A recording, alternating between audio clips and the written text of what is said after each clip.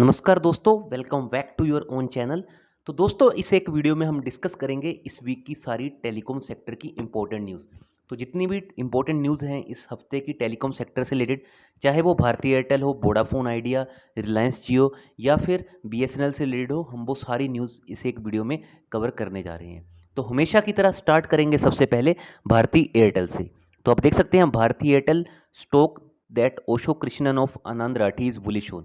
तो दोस्तों, अभी आपको पता है भारतीय एयरटेल के क्वार्टर फोर के नतीजे आने वाले हैं, इसलिए बहुत सी ब्रोकरेज फर्म मैं आपको आगे दिखाऊंगा कि इसके ऊपर बुलिश है। इवन मेरा खुद का भी यही जो अंदाज है, जो मेरी खुद की थिंकिंग है, वो भी उसके अकॉर्डिंग मैं यही कहना चाहूँगा कि हो सकता है भारतीय एयरटेल यहाँ पे अच्छा खासा रिजल्ट पेश कर सकता है। तो उसका रीज़न क्या है? क्योंकि हमने देखा था कि किस तरह से भारतीय एयरटेल में सब्सक्राइबर एडिशन बहुत ज़्यादा हुआ था, और इसके बेसिस पे हमने देखा था एक्टिव सब्सक्राइबर्स भी इनके बहुत ज़्यादा बड़े थे, और एक टाइम पे तो इन्होंने रिलायंस जियो को भी पीछे छोड़ दिया था। तो यही चीज़ है, आप देख सकते हैं भारतीय एयरटेल को इन्होंने वाई का टारगेट दिया है, और टारगेट के भी आप देखते हैं 600 तक दे रखे हैं। बट मुझे ऐसा लगता है ये लॉन्ग टर्म के लिए भी एक अच्छा पिक हो सकता है, बट फिर भी आप अपने फाइनेंशियल एडवाइजर की हेल्प ले सकते हैं, क्योंकि ये मेरे खुद के टारगेट नहीं है, ये टारगेट दिए गए हैं ब्रोकरेज फर्म्स के थ्रू। तो आप देखते हैं Bharatiya Airtel has witnessed consolidation, range breakout and has manage to sustain above the same in the past few trading session. तो यहाँ पे टारगेट दिए हैं इन्होंने 600 की। इसके अलावा इन्होंने यहाँ पे इन्फोसिस के टारगेट भी दे रखे हैं। तो इन्फोसिस भी अगर आप चाहें तो लिख के बोलना चाहूँगा, लॉन्ग टर्म के लिए बहुत शानदार कंपनी है, और कंपनी अभी इस लेवल के आसपास चल रही है। जब वो 1400 से 1600 पे एज पर प्रीवियस ट्रेंड जब भी जाती है, तो वहाँ पे हमें स्टॉक स्प्लिट होता हुआ भी देखने को मिलता है। तो देखना होगा आने वाले 1 से 2 क्वार्टर में क्या यहाँ पे फिर से इन्फोसिस में स्टॉक स्प्लिट होता है या नहीं होता है, क्योंकि प्रीवियस ट्रेंड्स में ये सारी चीज़ें हमें देखने को मिलती हैं। तो ये दोनों स्टॉक अगर आप चाहें तो अपने फाइनेंशियल एडवाइजर की हेल्प लेके लॉन्ग टर्म के लिए ले के चल सकते हैं। बट इन दोनों में से भारतीय एयरटेल थोड़ा सा क्या है, वोलेटाइल है, वोलेटिलिटी बहुत ज़्यादा रहती है।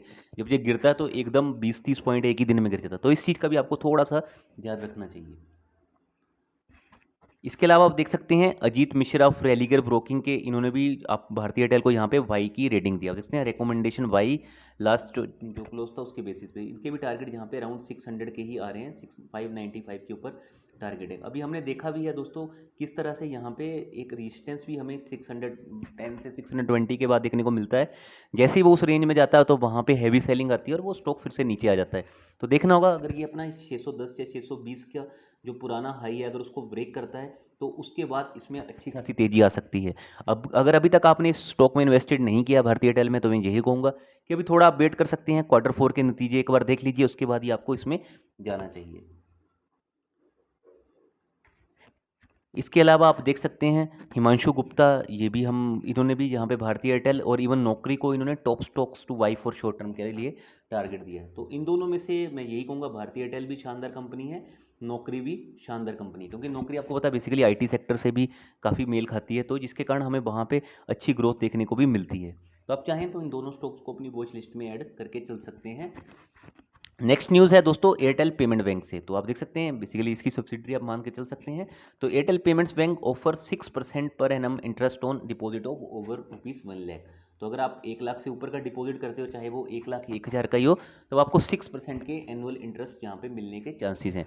तो ये एक अच्छी न्यूज़ है, आप देख सकते हैं, क्योंकि अभी अगर मैं खुद बात करूँ तो जितने भी बैंक्स हैं, चाहे वो पब्लिक सेक्टर या बैंक या प्राइवेट सेक्टर में, उनमें जो रेट ऑफ इंटरेस्ट चल रहा है 1 ईयर का, वो अराउंड 4.90% चल रहा है। तो एक अच्छी न्यूज़ है यहाँ पे एयरटेल पेमेंट बैंक की तरफ से, ये अपना बेसिकली डिपॉजिट यहाँ पे बढ़ाना चाहते हैं, ताकि बेसिकली कंपनी इस पैसे को आगे अपने बेसिस पे यूटिलाइज भी कर सके।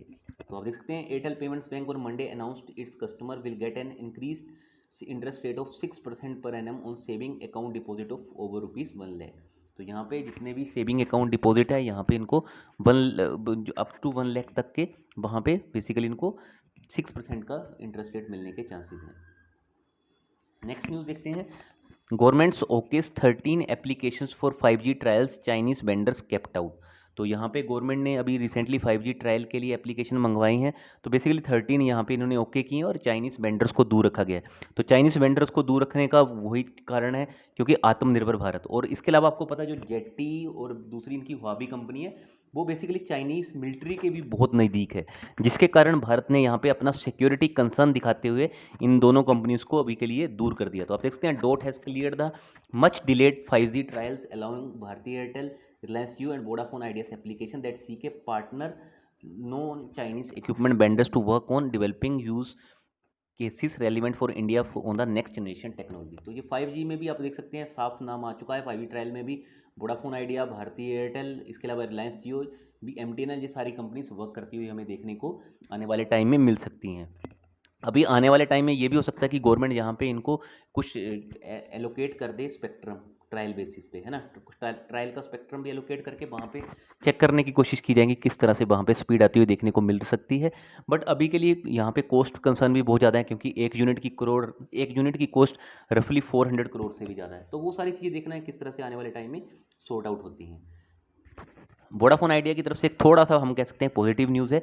Can raise $1 billion by June, Vodafone Idea tells lenders. तो वोडाफोन आइडिया ने अपने लेंडर्स को बताया कि वो अराउंड $1 बिलियन जून तक रेज कर लेंगे। तो दोस्तों इससे पहले भी वोडाफोन आइडिया में हमने देखा था फंड रेजिंग की फेब मंथ में भी बहुत न्यूज़ आई थी, उसके बाद वो कैंसिल हो गया। तो अभी भी मार्केट को इसके ऊपर पूरा विश्वास नहीं हो रहा है, जिसके कारण हमें अभी स्टॉक में इतना पिक नहीं आता हो देखने को मिल रहा है।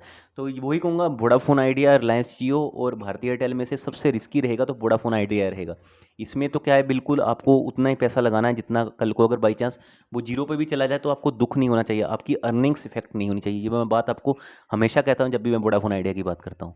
तो देख लेते हैं, Vodafone Idea has assured its lenders that it expects to conclude its delayed fund raising initially of about $1 billion by end of June and that it won't default on any upcoming payments. तो Vodafone Idea ने यहाँ पे assure किया अपने lenders को कि ये कोई भी पेमेंट को यहाँ पे डिफॉल्ट नहीं करेंगे, और अराउंड 7,500 करोड़ रुपीज़ ये यहाँ पे फंड रेज करने जा रहे हैं। तो जब तक यहाँ पे फंड रेजिंग के अलावा एक कोई बड़ा इन्वेस्टर नहीं आता है, तब भी मैं यही कहूँगा, अगर अभी तक भी आपने इन्वेस्टमेंट नहीं की है तो आप थोड़ा सा अभी रुक के भी चल सकते हैं, क्योंकि बड़े इन्वेस्टर का आना बहुत ज़रूरी है।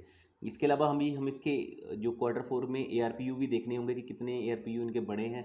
तो बहुत सारी चीज़ें अभी फोकस में रहेंगी, क्योंकि कोविड के कारण आपको पता है रिचार्ज वगैरह बहुत कम भी होते हुए हमें ऑफलाइन देखने को मिल रहे हैं। Reliance Jio's quarterly revenue growth of 1.7% in Q4 financial year 21 since slowest since launch. तो ये रिलायंस जियो के लिए थोड़ा सा आप कह सकते हैं कि यहाँ पे कंसर्न हो सकता है, क्योंकि यहाँ पे जो इनके रेवेन्यू ग्रोथ है वो अराउंड 1.7% है, जो कि स्लोएस्ट ग्रो होते हुए हमें देखे हैं। तो दोस्तों इसका एक मेन रीज़न ये भी है कि भारतीय एयरटेल ने बहुत अच्छे से इनको ओवरकम भी किया है। और इस बार अगर रिलायंस इंडस्ट्रीज़ में इतना अच्छा खासा हमें प्रॉफिट देखने को मिला, तो उसका मेजर रीज़न था, वो था रिलायंस रिटेल। तो रिलायंस रिटेल ने वहाँ पे एक बहुत शानदार परफॉर्मेंस दी है।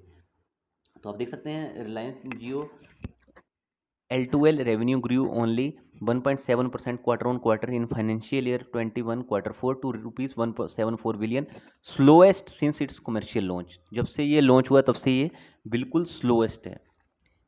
इसके अलावा रिलायंस जियो को आपको पता है टैरिफ हाइक से रिलेटेड भी बातें करनी पड़ेंगी, टैरिफ हाइक करना ही पड़ेगा।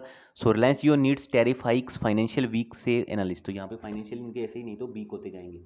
So Reliance Jio the largest wireless operator in India needs tariff hikes as its financials are weak, analyst said. Jio platforms a subsidiary of Reliance Industries recorded rupees 73,508 crore as consolidated net profit for the quarter ended March 31, 2021। क्योंकि जब तक यहाँ पे ये अपने जो plans के rate हैं उनको बढ़ाएंगे नहीं, जब तक ये कॉस्ट एफिशिएंट नहीं होंगे, तब तक यहाँ पे ARPU बढ़ने के भी चांसेस कम रहेंगे। और आपको पता है ARPU किस तरह से ग्रोस प्रॉफिट और नेट प्रॉफिट को भी इफेक्ट करते हैं। तो काफ़ी सारी चीज़ें अभी हमें आने वाले टाइम में देखनी पड़ेंगी, क्योंकि अगर रिलायंस इंडस्ट्री यहाँ पे टैरिफ हाइक करता है तो सब्सिक्वेंटली हमें वोडाफोन आइडिया और भारतीय एयरटेल से भी टैरिफ हाइक होता हुआ देखने को मिल जाएगा। वो दोनों कंपनी इसलिए अभी टैरिफ हाइक नहीं कर रही है, उनको डर है कि अगर रिलायंस इंडस्ट्रीज ने नहीं किया, रिलायंस जियो ने नहीं किया, तो उन कंपनीज़ के जो कस्टमर है वो इधर शिफ्ट हो सकते हैं। Reliance Jio Q4 review weak performance Dolat Capital. तो आप देख सकते हैं वोसी brokerage firm, ICICI securities, Dolat Capital, सबने यही कहा है कि यहाँ पे जो परफॉर्मेंस है वो बहुत वीक होती हुई हमें देखने को मिली है, जो कि अगर हम बात करें क्वार्टर ऑन क्वार्टर बेसिस के या फिर ईयर ऑन ईयर बेसिस पे। BSNL introduces virtual assistant BAVA for customer queries and payment of bill. तो एक यहाँ पे BSNL और भी यूज़र फ्रेंडली हो रहा है, और इन्होंने एक यहाँ पे आप देखते हैं रोबोट लॉन्च किया है, इसका नाम इन्होंने रखा है BAVA for customer queries and payment of bill. तो आप देख सकते हैं चैटबॉट है एक तरह से, जो is that is intended to help customers with customer queries related to BSNL service and to help customers with online payment of their BSNL broadband FTTH as well as landline connections. तो BSNL भी अपनी तरफ से पूरी कोशिशें कर रहा है, बट यहाँ पे फिर भी गवर्नमेंट का सपोर्ट होना भी बहुत जरूरी है। BSNL directed to pay wages to contract workers by 15th of every month. तो यहाँ पे मद्रास हाई कोर्ट की तरफ से इनको फरमान आया है कि आपको 15 फरवरी मंथ से पहले जितने भी वेजेस है वो पे कर देने चाहिए। हमने बीच में देखा था यहाँ पे इनकी खुद के जो इनके खुद के एम्प्लॉयज़ हैं उनकी सैलरीज भी काफ़ी टाइम से डिले हो रही थी, तो बहुत ज़्यादा यहाँ पे इश्यूज़ चल रहे थे। तो अभी देखना है किस तरह से ये आने वाले टाइम में अपनी सैलरीज डिस्पर्स करते हैं और अपने एम्प्लॉयज़ को सेटिस्फाई करते हैं, क्योंकि आपको पता है एम्प्लॉइज सेटिस्फेक्शन से ही कंपनी को भी ग्रोथ मिलती है। अगर एम्प्लॉय सेटिस्फाई रहते हैं that also lead to growth of the company. तो चलिए दोस्तों, इस वीडियो में इतना ही था। आई होप जितने भी टॉपिक्स थे आपको समझ आए होंगे।